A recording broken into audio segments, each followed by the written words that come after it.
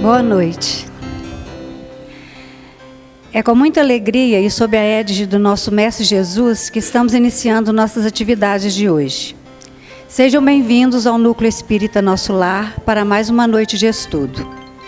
Nossas palestras são inspiradas no livro Fonte Viva e o assunto de hoje é relativo ao capítulo 1, cujo título é Ante a Lição, e que está na segunda carta de Paulo a Timóteo, capítulo 2, versículo 7.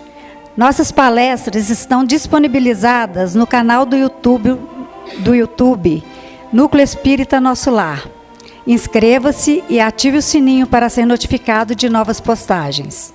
E para falar sobre o tema Ante a Lição, é com renovada alegria que convidamos agora a nossa amiga Ângela Fernandes, que é palestrante espírita e colaboradora do Núcleo Espírita Nosso Lar. Seja bem-vinda, dona Ângela.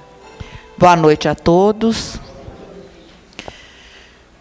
Vamos rogar a Jesus, neste momento, que Ele nos abençoe nesta casa, que nós já sentimos um ambiente diferente, onde a gente se sente tão bem, para que a gente possa entender um pouco mais do Evangelho que Jesus nos deixou. Porque esta é a grande lição para toda a humanidade e para todos os tempos. Há 2000 anos, o Evangelho está aí, o Evangelho de Jesus está aí, mas será que nós já conseguimos entender realmente qual é o convite que Jesus nos faz? Será que nós já atendemos este convite? Porque quando nós lemos, nós estamos vendo aqui o nosso título de hoje, Ante a Lição, a palavra lição nos remete a uma outra palavra que acompanha a lição. Qual a palavra que vem após a lição? O que a gente retém depois da lição? O aprendizado, não é? Então, nós estamos aqui para aprender, não é? Tudo que Jesus veio, nos fazendo o convite, esse convite divino, Ele veio para nos ensinar a nos governarmos.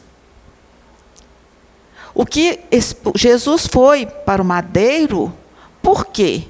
Porque eles esperavam, até os apóstolos esperavam isso, que Jesus tivesse vindo trazer um governo diferente, um governo da terra, um governo diferente, que fosse mudar o poder. Porém, por isso que eu digo que a gente ainda não entendeu. Porém, o que Jesus veio nos trazer é que nós aprendêssemos a nos governar. Que nós aprendêssemos a administrar todos os recursos que nos são disponibilizados hoje, naquele tempo e hoje. Infinitamente nós receberemos recursos divinos para o nosso aprendizado, porque nós nunca estamos abandonados. A doutrina espírita nos trouxe a realidade de que todos nós temos o mesmo princípio, todos nós somos filhos de Deus. Eu trago aqui, quando eu venho aqui, gente, eu trago as minhas dúvidas, aquelas dúvidas que eu já tive e que me trouxe até a doutrina espírita, onde eu encontrei as respostas. Porque dentro do Evangelho, o Evangelho é um só para qualquer religião, não é?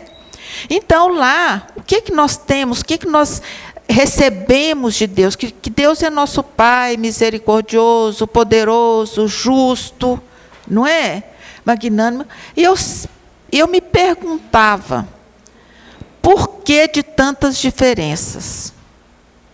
O porquê que Deus já não nos criou, Por que todos não tinham as mesmas aptidões? Por que nós não éramos iguais? Por que nós não somos iguais, Não éramos, não. Por que nós não somos iguais? Por quê? Somos todos filhos de Deus. E se a gente trouxer, se a gente ficar no entendimento que a gente tem da nossa vida terrena, a gente vai pensar assim: eu como pai, ou como mãe, né? Eu quero cuidar do meu filho, dar tudo para o meu filho que eu não tive. Eu quero livrar meu filho das dificuldades que eu passei. Tudo que eu passei eu não quero, eu quero o melhor para o meu filho. Não é isso que nós pensamos? Não é isso que nós queremos? Pois bem, e aí, a gente quer comparar, a gente não pensa assim que nós somos criados à imagem e semelhança divina, não. Nós queremos que Deus tenha a nossa imagem e semelhança. E não é assim. Porque nós somos todos filhos de Deus, da pessoa mais digna, mais bondosa, até o mais vil criminoso. É filho de Deus. Mas por que dessa diferença? Porque nós somos criados por Deus, simples e ignorantes. Para que através das nossas experiências, nós viéssemos a desenvolver as virtudes latentes em cada um de nós, porque nós não somos herdeiros dos nossos pais. Então, nós somos herdeiros de Deus. Deus é perfeição infinita, bondade infinita, poder infinito, não é? Mas, trazendo para o nosso entendimento de hoje, como pais que nós somos e queremos dar tudo para os nossos filhos, a gente tem experiência de vários educadores, de várias pessoas que a gente vê falar, porque se você dá tudo para o seu filho, ele vai desenvolver habilidades?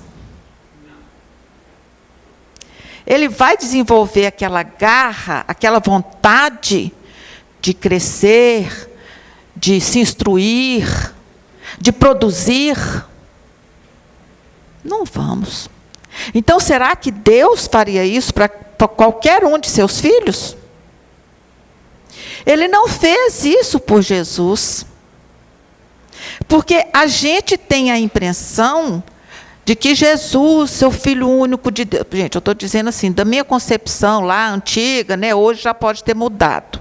Mas eu tinha essa concepção que Jesus era o Filho de Deus perfeito e tudo. Mas ele não foi criado perfeito. Jesus teve o mesmo princípio que nós, que cada um de nós. Ele também foi criado simples e ignorante. Mas nós não temos a concepção do tempo, que é a eternidade. Então, Jesus, ele já veio, ele já é um espírito antigo, um espírito muito elevado, que já conquistou, através das suas experiências, todos os recursos que ele apresentou aqui na Terra. E por que ele veio aqui? Qual era o convite de Jesus? Olha, eu estou aqui para mostrar que é possível. Para mostrar que eu percorri um caminho até chegar aqui. E recebi do Pai, né, porque ele sempre nos disse o quê? Que ele aqui fazia a vontade do Pai. Não é? Então, eu recebi do Pai a missão de conduzir vocês pelo caminho que eu já percorri. E eu sou o resultado das minhas próprias atitudes, do poder, a luz, a sabedoria de Jesus foi conquistada por ele. E aí, gente, é aonde eu entendo que o que eu entendi foi o tesouro que eu recebi na doutrina espírita, é entender essa misericórdia divina. Porque se o Pai né, nos desse todo o poder, nós seríamos o quê? Inúteis. Porque nós não saberíamos usar. Porque eu estou dizendo isso, gente, eu sei que eu posso estar sendo injusto com muitas pessoas, mas o que eu vejo ao longo da minha vida é que todos os pais terrenos querem poupar os filhos de trabalho. A maioria.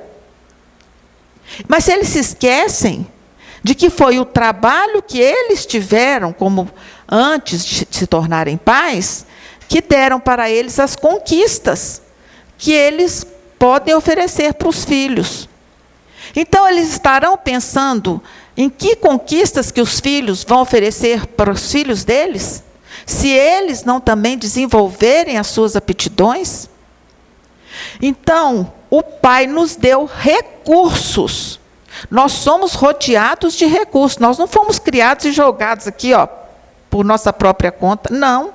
Nós somos tutelados, nós temos o nosso anjo guardião, mas nós temos a nossa inteligência, o nosso livre-arbítrio, a nossa capacidade de discernir, que nos foi concedida pelo Pai, para que a gente pudesse caminhar construindo a nossa própria individualidade. Por isso que cada um de nós apresenta uma aptidão. Por isso que cada um de nós apresenta um nível de conhecimento. Uns têm uma capacidade grande de aprender, de entender, e outros mediana. Mas por quê? É injustiça divina? Não, porque eu ainda não me esforcei, não me dediquei para desenvolver as potencialidades que o Pai me deu. Porque isso podem ter absoluta certeza. O Pai dota cada um de seus filhos com potencialidades divinas. Todos nós temos potencialidades divinas, gente. Por isso que nós temos que amar a nós mesmos e ao próximo como nós mesmos. Quando nós enxergarmos no próximo aquilo que eu pretendo, aquilo que eu quero para mim, quando eu proporcionar este bem ao próximo, eu vou ter encontrado o caminho que Jesus trilhou e que Jesus veio nos convidar a seguir. Então, Paulo nos disse muito bem, porque Paulo, um exemplo maravilhoso de cristão, né? Ele não conviveu com Cristo na época que o Cristo estava encarnado. Ele viu Cristo, conviveu depois, quando ele recebeu o convite na estrada de Damasco. E ele mudou totalmente a sua maneira de viver, porque ele desenvolveu a compreensão da verdade. Por isso é que está dizendo aqui: considera o que te digo, porque o Senhor te dará entendimento de tudo. Por isso, ele, com toda a propriedade, tudo o que Paulo disse é o que despertou nele, porque Paulo tinha uma fala que dizia assim: já não sou eu quem vive, é o Cristo que vive em mim.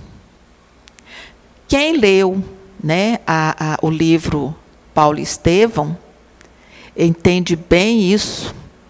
Como que é bonito, como que é bonita a transformação de Paulo. Quiséramos, vou falar por mim, né, gente? Não posso falar por ninguém, não. Eu quisera ter essa capacidade de mudar a chave do meu comportamento, de me entregar totalmente ao plano divino. Mas ainda somos muito arraigados ao plano material. Está errado? Não. Porque se nós aqui estamos, nós estamos rodeados de possibilidades para que a gente possa transformar todas essas possibilidades que nós temos em virtudes que nós precisamos desenvolver. Se não fosse isso, a gente não daria conta de desenvolver, né? Então, essa é a realidade que eu entendo é a verdade. Olha aqui, quem fita o céu de relance, sem contemplá-lo, não enxerga as estrelas. E quem ouve uma sinfonia, sem abrir-lhe a acústica da alma, não lhe percebe as notas divinas. O que quer dizer isso, gente? São as possibilidades que nós temos aqui. Ele está sendo tão suave, né? Emmanuel aqui, gente, ele traz para a gente, ele tira um versículo e coloca aqui, e coloca bem ao alcance do nosso entendimento. E é bem suave isto aqui, que ele está dizendo. Porque ele está dizendo das possibilidades que nós temos, que nós somos rodeados de possibilidade. Quem fita o céu. Gente, às vezes eu percebo isso em mim. Não olhei o céu. Tem tanto tempo que eu não olho o céu. Mas por quê? Porque a minha intimidade não pediu isso. Eu ainda preciso de querer olhar o céu e desenvolver essa sensibilidade de perceber a beleza, de perceber as estrelas, de perceber o brilho do sol, de perceber tudo que o firmamento me oferece. O dia que a gente se depara, você olha, não causa um impacto na gente, por exemplo, você olha e fala, não, mas que bonito que está o céu hoje. Que beleza, quantas estrelas, você não sente, né, um clima bom, suave dentro de si?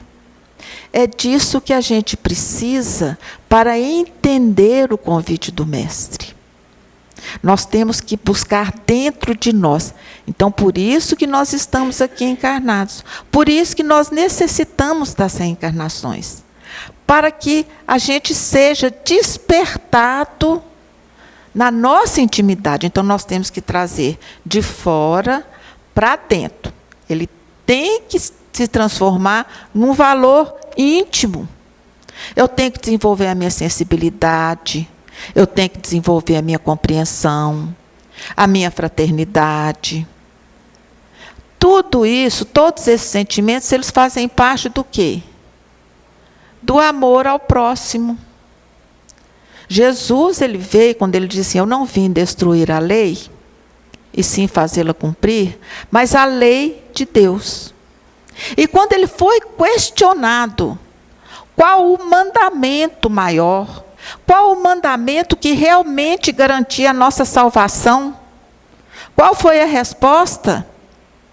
Um só mandamento é o importante. Amar a Deus, nosso Pai, nosso Criador, acima de todas as coisas.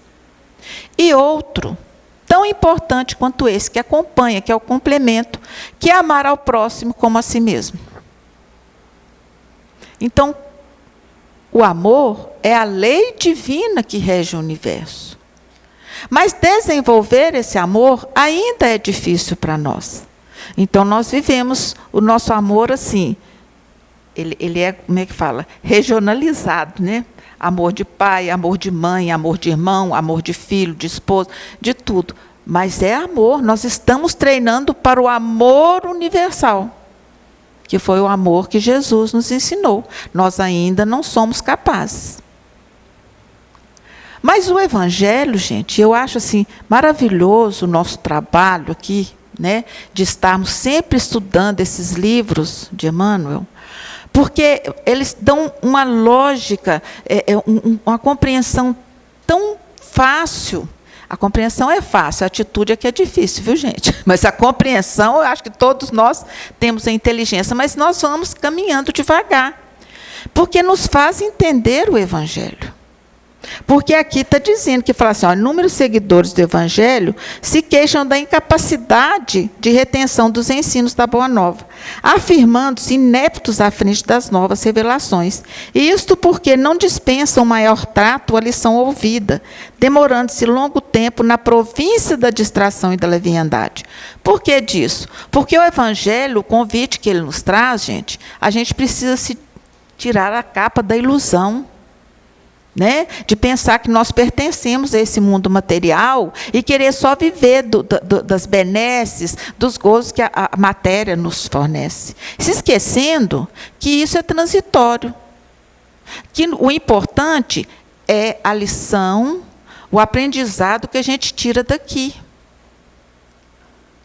Porque é o nosso, por isso que falamos de lição, porque aqui nós estamos realmente mostrando o que nós aprendemos. Hoje, cada um de nós está aqui colocando tudo aquilo que já trouxe de aprendizado de suas encarnações passadas.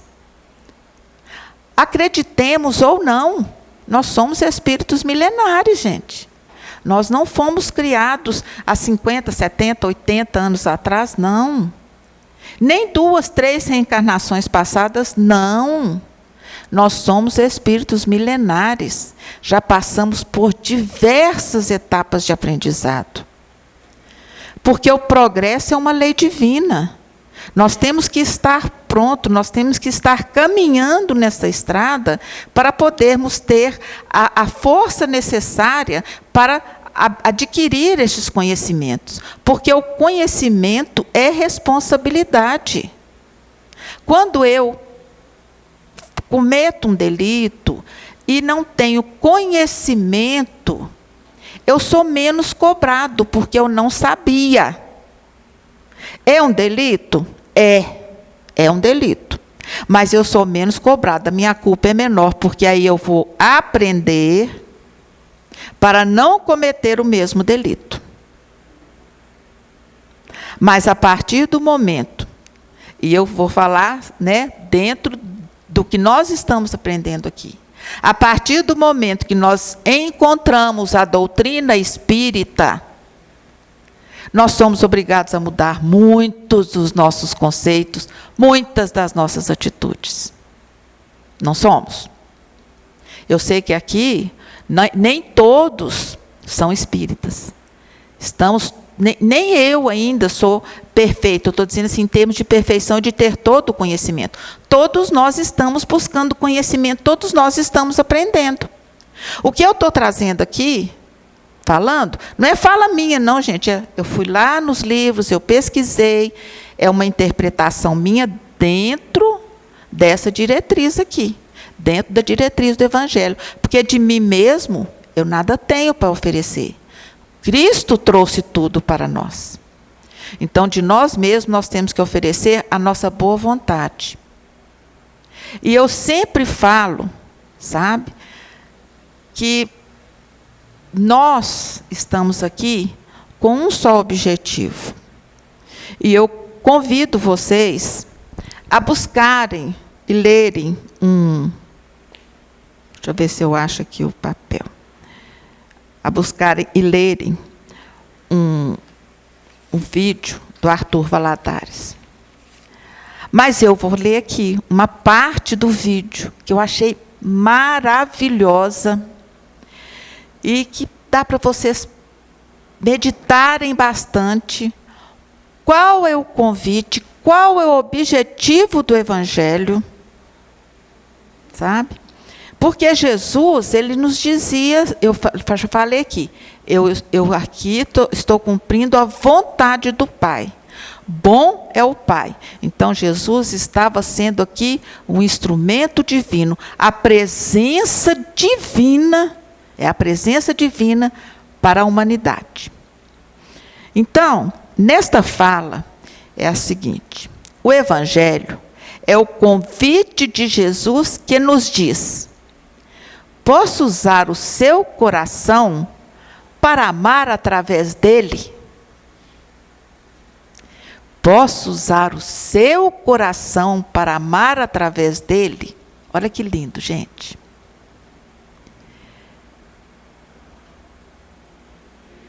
Posso deixar a seiva divina que parte do meu coração passar pelo seu e chegar ao próximo? O Evangelho é o convite do Mestre que chega até nós e nos diz: posso pegar as tuas mãos emprestadas para servir? O Evangelho é o convite do Mestre que chega até nós e nos diz: posso olhar o outro através dos seus olhos? Amigos, que felicidade a da alma que se deixa usar pelo Mestre. Que deixa o Mestre tomar posse do seu coração, das suas mãos, dos seus olhos, do seu verbo, do seu abraço. Porque se para nós é tão difícil olhar para o outro, tão marcado ainda pelas imperfeições, e nos compadecer, se pudermos olhar com Jesus, não será mais tão difícil assim. Se para o nosso coração ainda é tão difícil sensibilizar-se ante a dor ou a queda com os quais temos desavença, se deixar Jesus amar por nós, não será tão difícil assim. Até mesmo a dor do nosso inimigo, nós vamos nos sensibilizar com ela. Se para nós ainda é tão difícil mover as mãos em serviço ante as tantas distrações, ante a preguiça, ante a comodidade, se deixarmos Cristo tomar as nossas mãos com a sua força e seu vigor, não será mais tão difícil assim se mover na seara do Mestre. Isso, amigo, é o Evangelho. Isso é Jesus. Por isso que a gente ainda não consegue entender o Evangelho. Porque nós ainda não conseguimos trazer o Cristo para dentro de nós. Para que através de nós, aí aqui está falando, gente, não é através da palavra, o que eu achei bonito é isso. Nesse texto, essa palestra aqui se chama Com Jesus. Acho que é servir com Jesus. E aqui eu peguei um pequeno trecho. Ele não está falando de leitura de evangelho, ele não está falando de prece, ele está falando de atitude. Não é isso que eu entendi? Vocês entenderam isso também? Está falando das nossas atitudes. Se nós nos colocarmos nessa condição, buscarmos no Evangelho a palavra de Jesus que nos dê força para agirmos assim, não só para passarmos a palavra, mas para agirmos diante desta palavra como Jesus agiria. Nós somos instrumentos divinos, gente. Isso é que eu acho maravilhoso no Evangelho de Jesus. Nós somos instrumentos divinos. Jesus disse: vós sois deuses. Por que ele disse isso? Por causa das nossas potências. Ele nos enxergava. Ele nos enxergava. Nos enxerga. Desculpe, gente, a gente tem costume de falar no passado, mas não é não. Jesus nos enxerga. Jesus está sempre conosco, esperando a nossa atitude, para que Ele possa agir. Deus, Jesus, que cumpre as ordens divinas, ajuda o homem pelo próprio homem. E como que nós vamos fazer isso? São com pequenas atitudes, gente. Nós ainda somos capazes de pequenas atitudes. Ainda não chegamos no patamar de Paulo, que abdicou de tudo. Abdicou da sua vida, de tudo que ele havia conquistado materialmente, para colocar tudo isso em favor da divulgação do Evangelho. Só que ele passou pela experiência de tudo que ele passou no seu período de perseguidor, de servidor do Império Romano. Ele passou tudo isso, e isso foi a experiência, isso foi alicerce para ele, porque ele usou isso depois em favor da divulgação do Evangelho. Ele usou a influência dele, ele usou a cultura dele em favor da divulgação do Evangelho. Ele não era qualquer um. Ele não era qualquer um. Ele representou muito bem o Cristo. porque ele não era qualquer um. O Império Romano, Roma toda conhecia. E ele foi pelo mundo se dando a conhecer e usou o prestígio que ele tinha até para se proteger, muitas vezes, de ser preso, de ser morto. Ele tinha uma missão. Ele usou os recursos materiais, os recursos todos que essa encarnação havia oferecido, para se colocar a serviço do Cristo, a serviço de Deus. Que é o que nós estamos aqui buscando, gente. É o que nós precisamos fazer nas nossas pequeninas atitudes que a gente ainda não é capaz. Eu fico pensando, sabe, quando de repente eu me vejo falando alguma coisa, eu falo, puxa vida, é para isso que eu estou aqui? Não. Eu estou aqui para compreender as mazelas do próximo. Ele ainda não tem o conhecimento que eu tenho. E eu, diante do conhecimento que eu tenho, estou fazendo isso. O que eu posso esperar do outro que ainda não tem? Ele é menos culpado do que eu. Porque eu já tenho conhecimento e não estou colocando esse conhecimento em prática. Eu, viu, gente? Não estou falando de ninguém, não. Estou falando de mim. Porque a gente se pega fazendo essas coisas. Eu falo, puxa vida, não posso mais. Quem abraçou a doutrina espírita tem a maior ferramenta para dominar as suas más inclinações. Reconhece-se o verdadeiro espírita pela sua transformação moral e pelo esforço que faz para dominar as suas más tendências. Que nós sejamos dignos servidores do Cristo. E isso nós vamos conseguir através dos pequeninos esforços diários.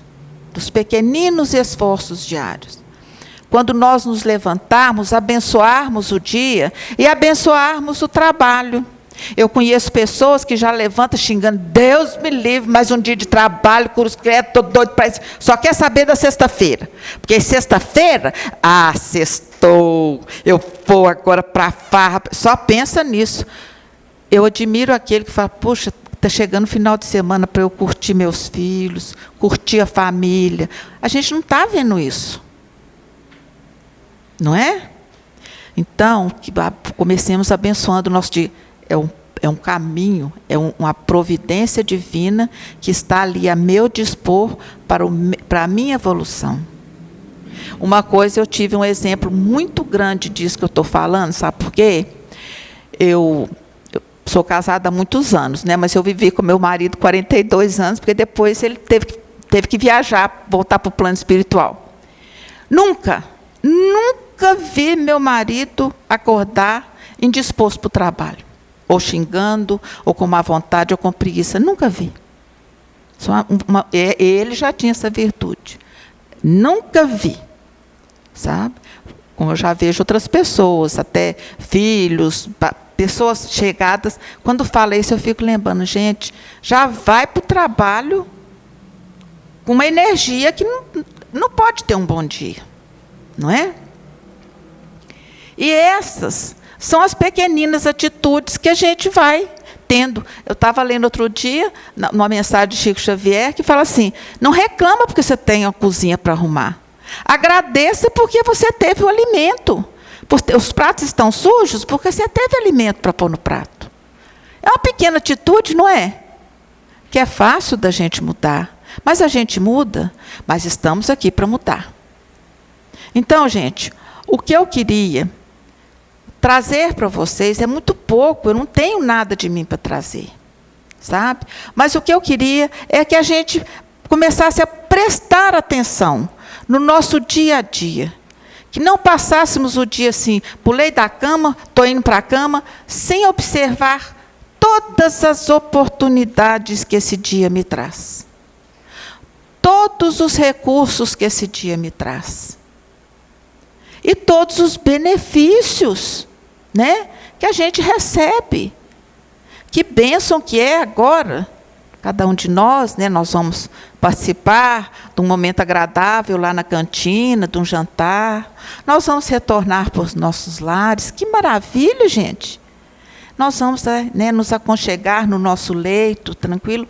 Vamos fazer uma prece pelos nossos irmãos que estão lá sofrendo com o terror da guerra, que estão saindo, deixando para trás tudo, suas casas, e familiares soterrados, né? Gente, mas o que eu posso fazer por eles? Eu não posso ir lá resgatar, mas eu posso enviar uma prece, um desejo, principalmente uma prece para os nossos governantes, aqueles que trouxeram o compromisso divino de promover o progresso, o sustento, a educação, a paz para os seus administrados. Os nossos governantes precisam da nossa prece, e não de todo mundo estar xingando. Xingamento já tem demais. E isso é uma energia boa que vai contribuir para eles? Ou que nós possamos pedir que a energia divina tenha condição de chegar ao coração desses nossos companheiros, para que eles entendam que eles têm um compromisso, não é com a política, não é com o partido, eles têm um compromisso divino. Nenhum deles está no poder porque o partido é esse ou aquele, porque eu tenho prestígio. Não. Eles estão lá porque eles trouxeram um compromisso firmado de promover o bem. E se eles não estiverem fazendo isso, eles vão ter que responder. Então, vamos rezar para que eles acordem, porque o bem que a gente faz é nosso advogado em qualquer circunstância. Imagine quando nós chegarmos assim do outro lado, onde nós não temos mais essa carapuça que a gente tem aqui, né? Porque eu posso sorrir, estando morrendo de raiva dos outros, mas estou sorrindo para o outro, né? Porque eu não tenho coragem, às vezes, de colocar minha raiva para fora, e às vezes nem necessito. Eu tenho que diluir ela mesmo na boa vontade. Mas no plano espiritual, gente, não. No plano espiritual, eu sou eu. Eu sou eu. É porque eu falei outro dia aqui no estudo, que eu falei que eu ficava perguntando para mim, como é que Deus sabe o que a gente faz? Que eu, né, na minha educação religiosa, Deus sabe de tudo que a gente faz. Eu falei, mas como é que Ele pode saber? Como é que Ele dá conta de notar? Aí, na doutrina espírita, veio me dizer que quem anota sou eu mesmo. Está tudo anotado em mim. Então, eu não tenho como mentir. Não posso mentir, porque eu não posso mentir para mim mesmo. Aí não vai ter esse fingimento, porque está tudo registrado na minha consciência. E a minha consciência é a parte divina, é Deus agindo em nós. A consciência, ela sempre nos aponta se nós estamos agindo bem ou se não estamos agindo. Então, vamos começar a prestar atenção nisso, né? Que é o recado que eu venho trazer para vocês. E espero, né, que cada um de nós saia daqui refletindo melhor, considerando aqui, ó. Considerar significa examinar, atender, refletir e apreciar. E eu ainda coloco, e agir, para depois a gente agir. Porque aí a gente vai agir com segurança. Não é? Porque todo mundo fala assim, ai, meu Deus, eu fiz assim, mas eu agi sem pensar. Não. Temos que pensar. Quando acostumamos a pensar, a medir as nossas atitudes, as nossas palavras, policiar os nossos pensamentos, aí sim, nós estaremos no caminho. Esse é o caminho. Esse é o caminho que Jesus nos aponta, esse é o caminho certo. Né? Então, nós vamos agora fazer a prece, nos preparar para o nosso momento lá, o passe, né? Aqueles que se sentirem, que necessitam e que quiserem tomar o passe.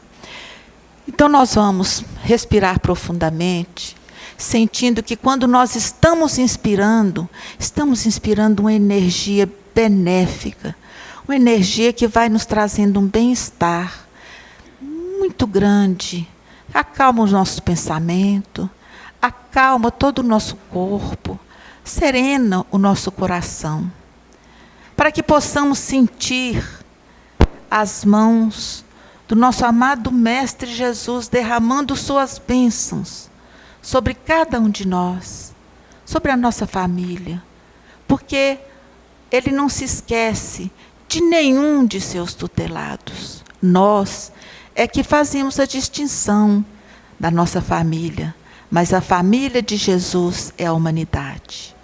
Então, nós estamos mergulhados nessas bênçãos infinitas que partem do coração do nosso amado Mestre Jesus, que alimenta nossa alma, que nos fortalece, que nos direciona para o bem.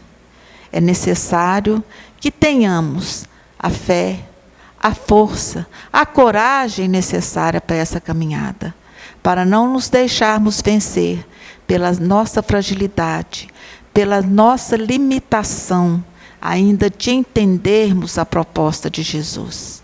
Mas a proposta de Jesus é divina. A proposta de Jesus é que o sigamos, derramando bênçãos em todos os lugares onde estivermos. Sejamos o sal da terra. Façamos a diferença aonde quer que estejamos. E assim estaremos cumprindo com a nossa obrigação diante do Mestre, que é propagar a sua doutrina aonde quer que estejamos.